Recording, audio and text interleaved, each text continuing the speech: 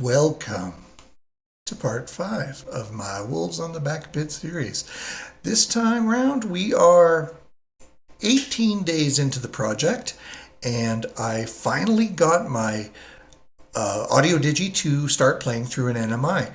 I was very proud of myself. I guess I still am. But what I did is I got the tripod ready for another half an hour session, and I believe, I believe you're going to enjoy it. I went into, as I usually do, I guess, too much detail as to how it works and the little snippets of code inside. And yeah, for one segment, I believe it's quite informative. I hope it is. I have more. I just couldn't put it all in this video because, who watches something that's like an hour, right? So, half an hour max, give or take, right? So, I don't even have time to show you how, maybe I do. See how majestic I am. Oh yes, even in this very warm place that isn't what you think, I still look awesome. Okay, so let's get to it. Part 5, and let's see how this NMI works. You ready? Let's watch. Okay, I got it playing from an NMI right now. However, it's not buffering it at all in memory. It's playing 256 bytes off the BackBit, and then it's calling the BackBit routine to queue up another page. So there's a BackBit fetch happening. Probably maybe 80 times more often than it needs to. But, yeah. And let's see here. ROMs are in still. I'm using the 318, 319 vector to go straight to my routine. However, I'm checking 56321, and if it's not 255, then it'll quit via the old stop restore vector, which, just goes to, I forget where, but I entered it. So basically, even though you can't hit stop restore anymore, you can press the space bar or control or the Commodore key or any of those to exit, or possibly the fire button in joystick 1.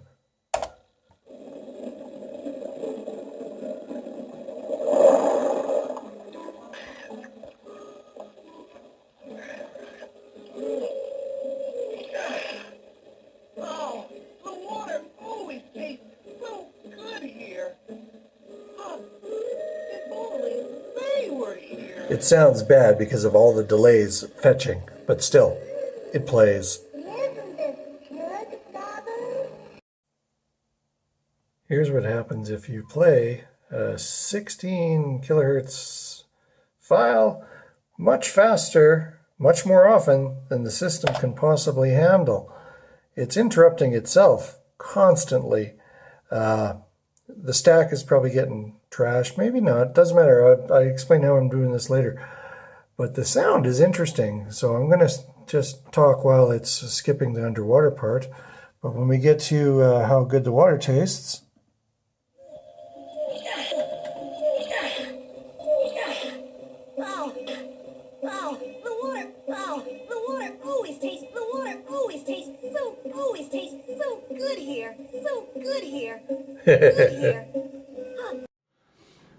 So what we got here, I got an NMI player working.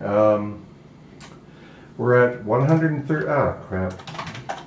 It's set to reset the NMI timer at 130 cycles because there's like 65 per line, right? So I figured 130 cycles, every 2 lines we should get a new sample. And I haven't bothered to synchronize it with the bad lines on the raster so it can't jump over them yet. I don't know if that's important. It probably is. But anyway, I have a couple of flags on screen. Well, first of all, okay, shut up. Just run it and show you. This is what I got. Okay.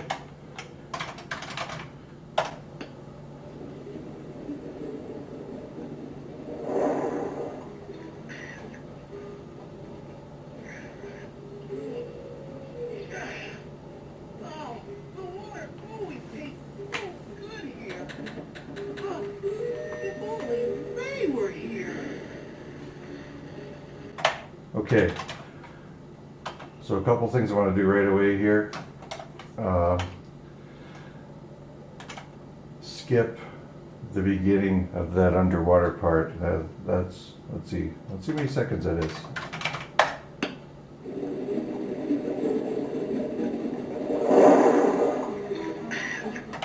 4 seconds. So 32,000. We want to skip 32,000 samples. 125. So we are going to begin. Set the audio cue to, this is the low byte, middle byte, high byte of a 24-bit number. So now, on the BackBit, the very first cue is going to jump right for about 4 seconds in. Let's see if that works as expected.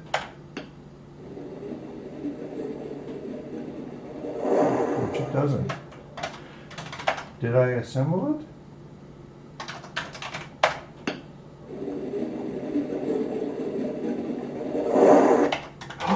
Haha! Yes. There's always a reason. And the trick is, can you find it as far as debugging goes? And there it is. Right there.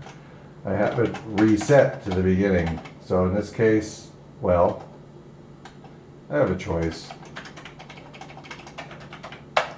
Let's put it in there instead.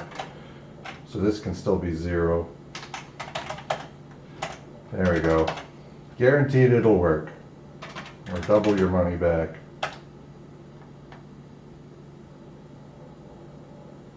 Or it doesn't work. That is very interesting. Uh-oh, haha. Another thing with debugging. Do you understand the change you made? Look at this. Stupid me. Because now I'm setting the middle byte to 125. But the high byte to 125 as well, which is already beyond the range of this particular sample. Okay, now.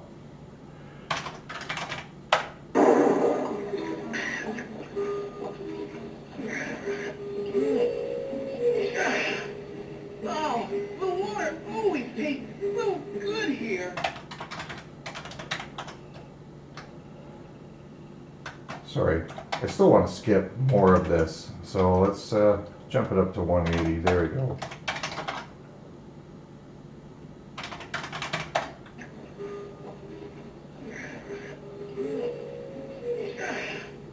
Oh, the water always tastes so good here.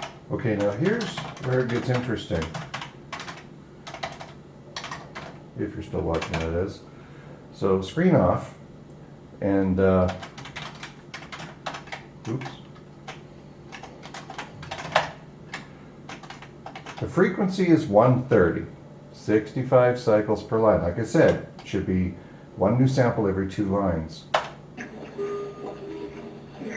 Then why do we have this? Oh, the water always tastes so good here.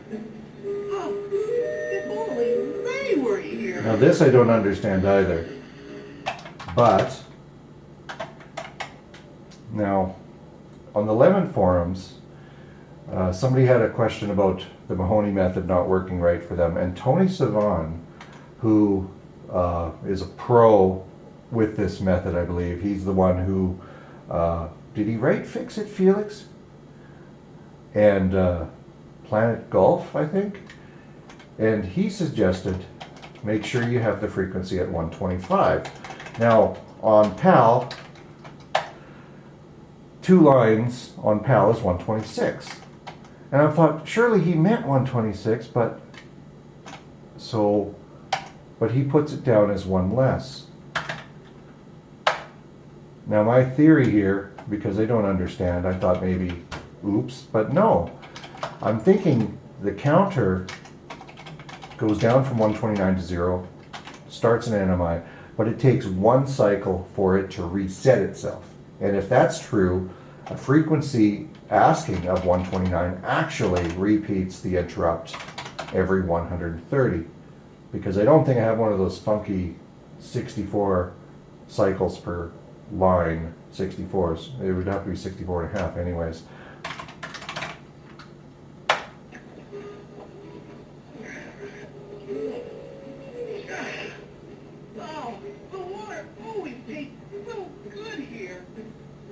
somewhat solid, right?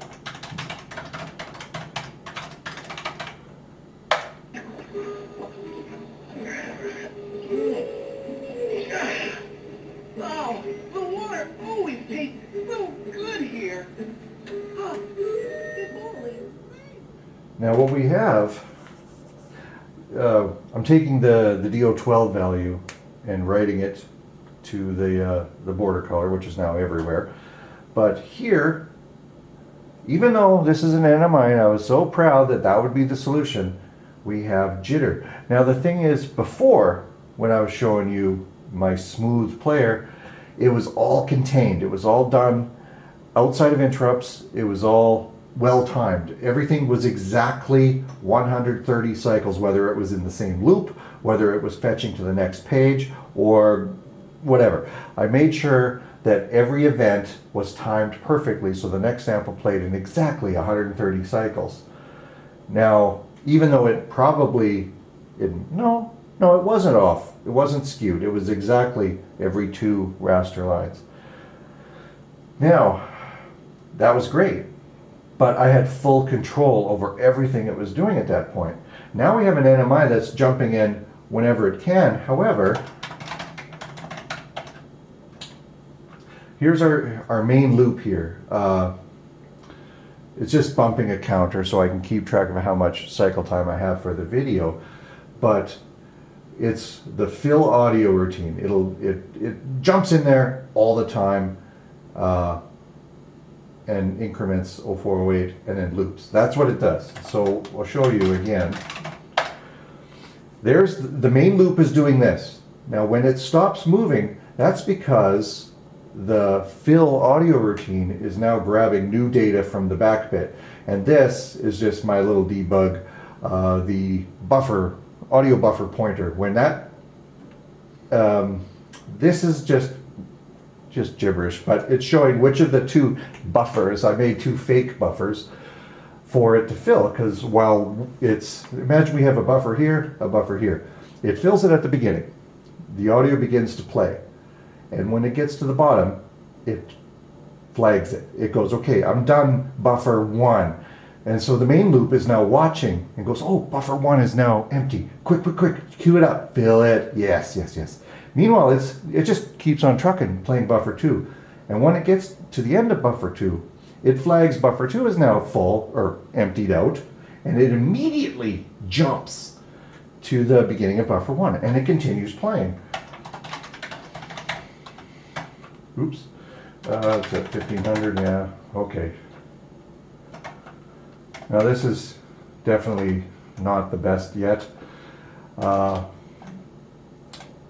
Where we got here? So this is the self-modifying thing. The first thing it does, it grabs a value from the Digi.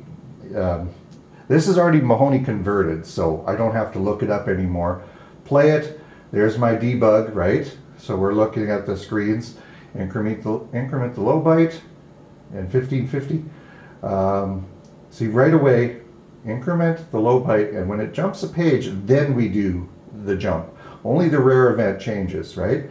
And because interrupts are off, I just have a simple thing that checks this, and so therefore a fire button on joystick 1, I believe, the space bar, the Commodore key, the control key, things that are on the certain level of the keyboard matrix will still break me out without having to do a key scan.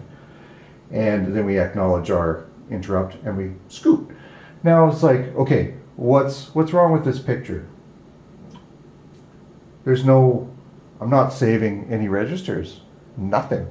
And that's because I was trying to be clever. I'm not sure if I will be clever because this is kind of dumb, but I wanted to save some cycles. So let's say, check out the fill routine, for instance.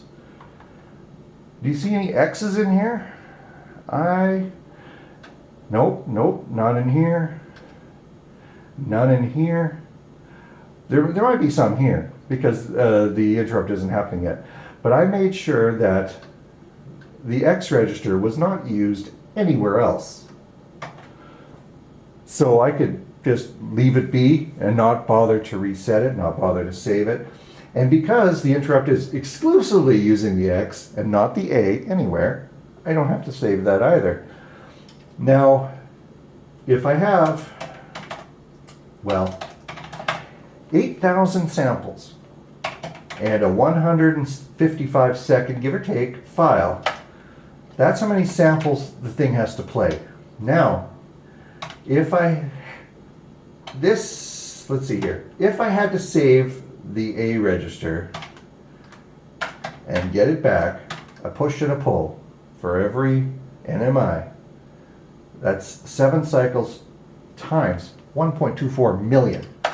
So we're looking at, of 155 seconds playback, 8 point whatever seconds is dedicated just to saving the accumulator for the interrupt itself. What a pain. Now, if I wanted to save, well, the A and the X, so what is that? I'm not sure if it's 4 or 3, but one is 4, one is 3 for the save and the return. I could look it up, but I'm not going to yet. Okay, so save, TXA, save, and then on the way out, pull, TAX, pull. 22 seconds dedicated just to saving the registers. Now in a realistic game, well, the accumulator at least, right? Or something. You're not going to write an entire game using just the X register, which is, that's kind of crazy, but don't worry, I'm not crazy yet. But anyway, so that's the thing. Anything I do in the interrupt is magnified by 1.24 million. So right now, some things aren't mattering, like my debug stuff, because that doesn't really matter because there's no video. So anyway, page cross, 1550, jumps here. Now we're looking up the high byte, incrementing it, and now we're checking, did we reach the end of our first buffer? This is our first buffer. I just took a big continuous chunk of memory, split it in half. I plan to have the actual buffers elsewhere where it's convenient. But when it does reach 50, it jumps here. And that's it. It just plops that value down into a flag, more audio, and saves it, acknowledges the interrupt, and continues. So it never really skips a beat, but it does just drop I can't snap my fingers. It does drop a flag once every, well, what is this? 2, 3, and 4. Once every 12,228 events, it will plop this down, or this 12,000 later. That's all it does. So anyway, now that you know that the main routine here, that fill audio flag, let's check that out. I threw that in here. I'm not sure if I had a interrupt disable earlier, but this happens early on before the NMI is even set up. So just in case, I threw it here again too. Now all it does here, oh, there. If the more audio flag is blank, which it will be, you'll see, it jumps here because I can reach here nice and fast, right? It's always handy. Just because you're skipping stuff, it doesn't have to branch down, it can branch back. And in some cases, who cares? This is a shared RTS. This is that, I added this for the debug so you could see that it's dealing with it. And because there's two values, it's either 50 hex or 80 hex. Well, if it's 80, it jumps here. And if it's 50 hex, it jumps here. Is that how that works? Yeah, that makes sense, because when 80 is reached, say at the bottom, it's now flagging this one. So 80 becomes 50, and it prepares to fill that from 50 to 7FFF, right? Otherwise, a 50 tells it to fill the first buffer, and then this is the bit instruction, just a tight way of skipping stuff. So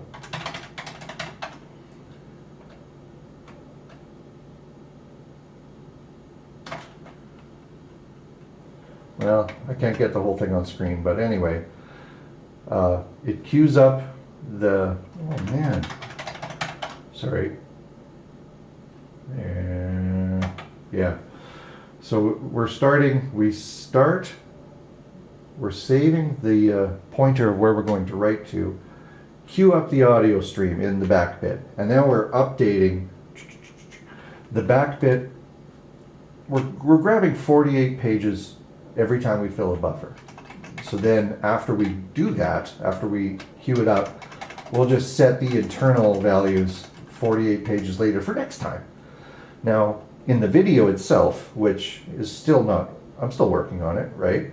It's going to alternate between an audio mem and a video mem. So right now, the audio buffer, the mem queue or whatever I call it on the BackBit, it's keeping track of where it needs to go the next time we queue it up. And then the video mem, the video queue, will keep track of a different value, and it'll tick back and forth whether it's fetching audio data or video data, right? So 48 pages to copy. Now we started at 0 here. Let's see here. I wonder. Yes. And DF100, that's the one page in the BackBit that you're allowed to access out of 4 gigabytes of potential storage. The same page every time. So all we do, fill up a page, and that's basically it. And let's see, 548.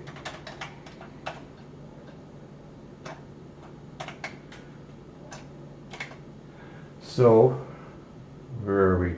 We're looping, fill a page, grab our temporary marker, increment it. When it's 48, we're done. So, and here's where it wipes the flag, and it won't get reset again until the buffer empties out and the NMI does that. So once it's flagged, it's not going to reset or reload more information on the next one. So we're updating our page that's keeping track, but now, like the first time through, page copy is 0. Then it becomes 1. So this, now it doesn't matter what the A is. This is how the BackBit works. When we have 64K queued up in the BackBit, we're allowed to access any of it instantly without waiting for the BackBit cartridge. And that's done by writing to one of the 256 locations in DF100. You can read it all you want, but when you write it, it's the value, not the value, but the location. So in this case, the second time through, we're writing to DF01. That's like a push button on those old radios. We're saying, give us the first page of the 64K that you've queued up. At the beginning, it was the 0th page. Then it becomes the first, and then at 560 it loops back up here, grabs another page, increments the thing, and then we're pushing 2. And do it over and over until we get 48. Now that is delightfully simple, the way Evie's got this set up, because you can queue up 64K, which is more than you'll need for anything, as long as you don't have to change the pointer in between, and access it this simply in one go. That's about it. So, now you know what those do, right? So the thing that I was rather sad about is because while I did have the audio playing so well when I had full control, when it's on its own, independently interrupt controlled, the program now is doing things of unknown lengths. And that's where we get this. Now, as far as I can understand it, it's tough to understand, but when, say, something, right? Now this instruction normally takes 4, maybe 5 cycles. Oops. Now this is rough. If you know what you're doing, you're going to go, oh, he doesn't know anything. Well, he probably doesn't. Now suppose the NMI hits here. Now this is cycle 1, cycle 2, cycle 3, cycle 4. Only here does it actually become, the computer is aware of it. And at that point, there's a delay. I don't know if it's just 2 cycles or 2 cycles beyond the instruction, but it knows, yeah, let whatever's happening finish. Because, you know, this could be, well, not Z, but it could be that, right? And it's got to make sure it is. And I don't know if it's exactly 2. There's something I read that actually adds another one sometimes. Or there's rare events where if you're branching and you're crossing a page, it will allow the next instruction to still execute. That's interesting, because if you could branch and branch back and branch forward and keep crossing a page, could you stall an NMI indefinitely? Man, I gotta not think about that. Okay, so let's suppose, and then it begins here, right? This is your, but that does not happen for about 7 cycles, and then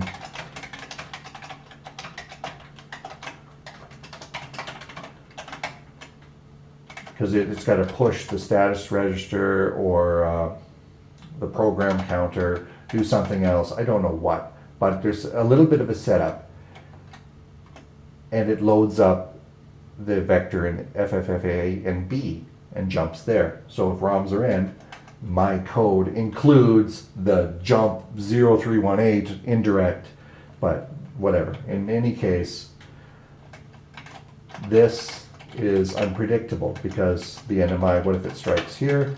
What if it strikes here, like on, say, on a 0-page access? Well, it's not going to get, oh, it won't be acknowledged at all until around here or something like that. 2 cycles before as instruction ends, possibly. Confusing as hell.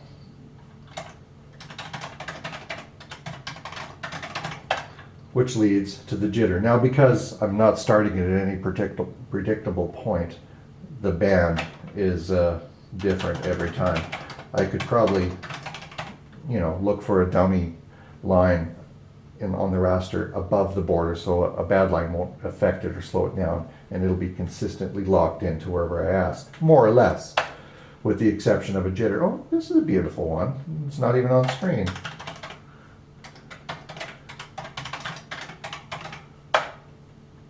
Are you kidding me? How am I supposed to point at it right there? Okay. So this was killing me, because it was introducing static a little bit, but it's still, it could be improved. I was so proud, like I said. So I thought of ways, I was looking up ways to synchronize this, remove the jitter. On wherever I looked, it was about demo coding, how to synchronize it with the raster or how to whatever. Without going into super crazy hacks that I don't understand, how do I do this? There is, now I can see it here, and then there's one here, one here, one here, one here, one here. Now I have photos I took of different things, and I could see it alternated as much as maybe 5 or 6 character widths. Now each one of these widths is 1 cycle, so it's jittering a lot, right? And I still don't know why it's flickering insanely. It could be related to the fact that it's properly setting DO20 based on DO12, but then on the next line, whatever. Okay, solution. I don't know the solution. My temporary fix. Well, I haven't even done it, but I have an idea. So let's do it. Okay,